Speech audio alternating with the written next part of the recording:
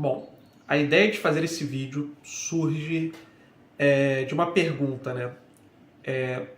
Que eu tive quando eu jogava há muito tempo RPG, que era: o RPG, ele ajuda na criação de uma boa literatura? Será que o RPG, de fato, ele nos ajuda a entender melhor a narrativa e, consequentemente, nos ajuda, enquanto escritores, a administrar melhor o que está acontecendo, o conflito?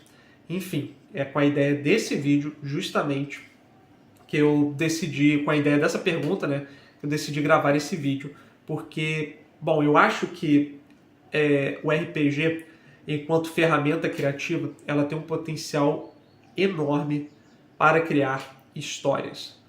Para criar histórias que são convincentes e que são, naturalmente, eu acho que elas acabam atraindo os leitores. Por que eu digo isso? Diferentemente das outras formas de contar histórias, o RPG, ele é um jogo por si só. Então, um personagem, um jogador no caso, ele vai assumir o papel de mestre.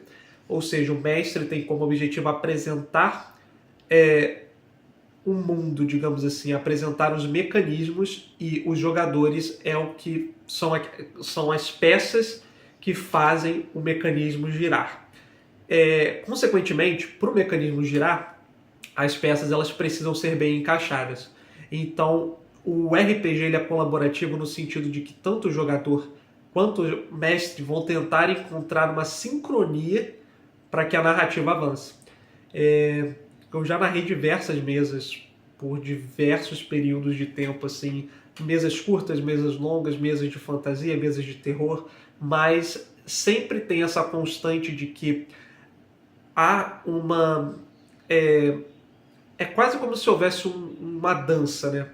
Um ritmo que tanto o mestre quanto os jogadores aprendem a seguir para que aquela narrativa tenha efeito, digamos assim. E às vezes demora a engajar, às vezes demora digamos assim, as coisas a começarem a acontecer, mas eventualmente elas acontecem e existe um equilíbrio entre o narrador e o personagem, né? Entre o narrador, o mestre do jogo, e o jogador e os outros jogadores, e em que a narrativa, as coisas começam a avançar. Mas o RPG enquanto ferramenta, ou seja, o RPG enquanto uma ferramenta criativa para testar suas ideias, ele pode ser uma faca de dois legumes, eu diria. Porque ao mesmo tempo que ele vai ser excelente para testar a reação dos jogadores, a reação das pessoas que vão encarar aquele problema, aquela problemática, aquele tema, enfim, a sua ideia de uma forma bem genuína, bem viva, ao mesmo tempo, quando você transportar ela para a literatura formal, você tem que ter ciência de que não vai ser da mesma maneira, não vai ser a mesma coisa. Então é muito comum que uma história funcione muito bem para um RPG, mas ao ser transportado para a literatura formal sem adaptação, sem muitas adaptações, ou seja, sem muitas interpretações, sem muitos cortes, ela acaba não funcionando tanto. Eu acho que é por isso que a gente tem essa distinção da literatura que a gente costuma dizer como literatura formal, né? E a gente tem a literatura de RPG.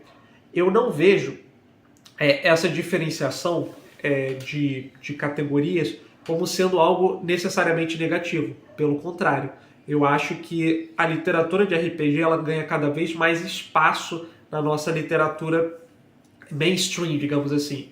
Mas ela exige por parte de quem faz, né, esse tipo de literatura, um entendimento diferente da narrativa. Aqui, nesse caso, nesse vídeo, a gente está discutindo mais a ideia de alguém que quer usar as ideias do RPG, mas não quer necessariamente fazer uma literatura de RPG.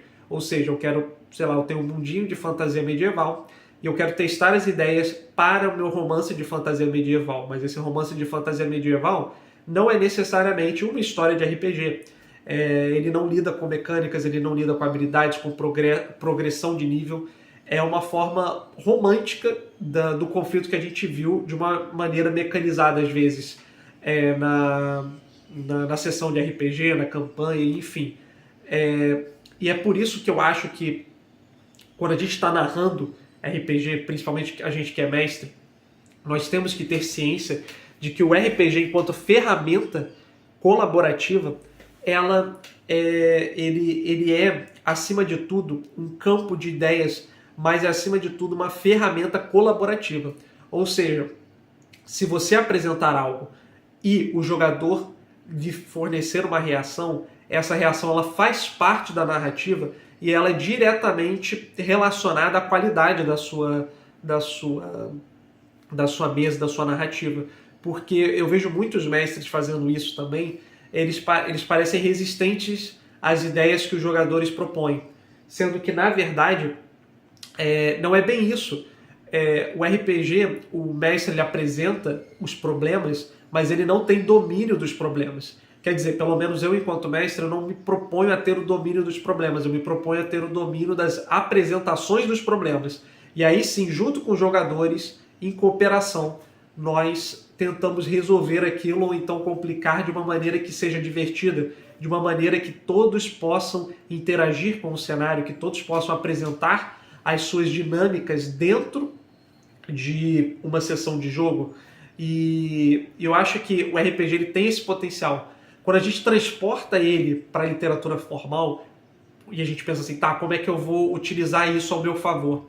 O que eu gosto de fazer é projetar a mim mesmo de uma maneira genuína e eu uso a vivência dos personagens do jogo, ou seja, um exemplo típico, uma pessoa, um aventureiro que não quer entrar numa caverna, por exemplo, porque ele sabe que ela é perigoso.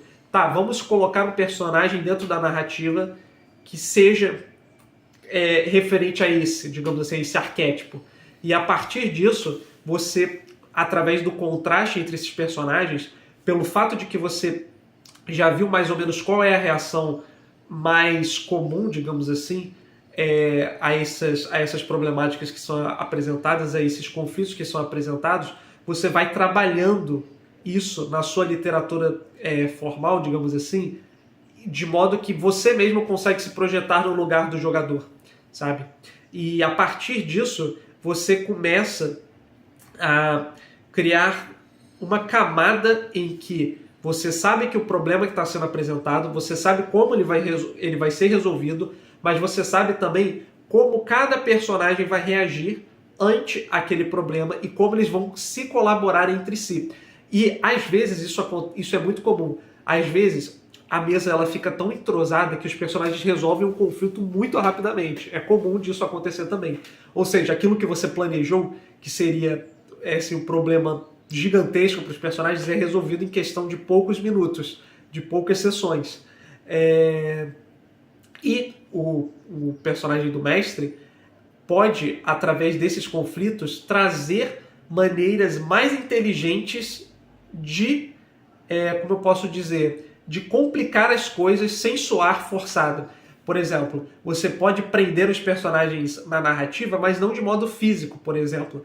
É muito comum que, para forçar os personagens a ir num caminho específico, o mestre use de um artifício para prendê-los fisicamente no mesmo lugar. É o famoso você entrou na caverna e as portas atrás de si se fecharam, magicamente. Sabe? Existe uma maneira mais inteligente de prender o personagem, consequentemente prender o leitor naquela narrativa, fazendo o leitor acreditar que o personagem tem um bom motivo para continuar. Então é aí que você tem que perseguir, digamos assim, o seu objetivo.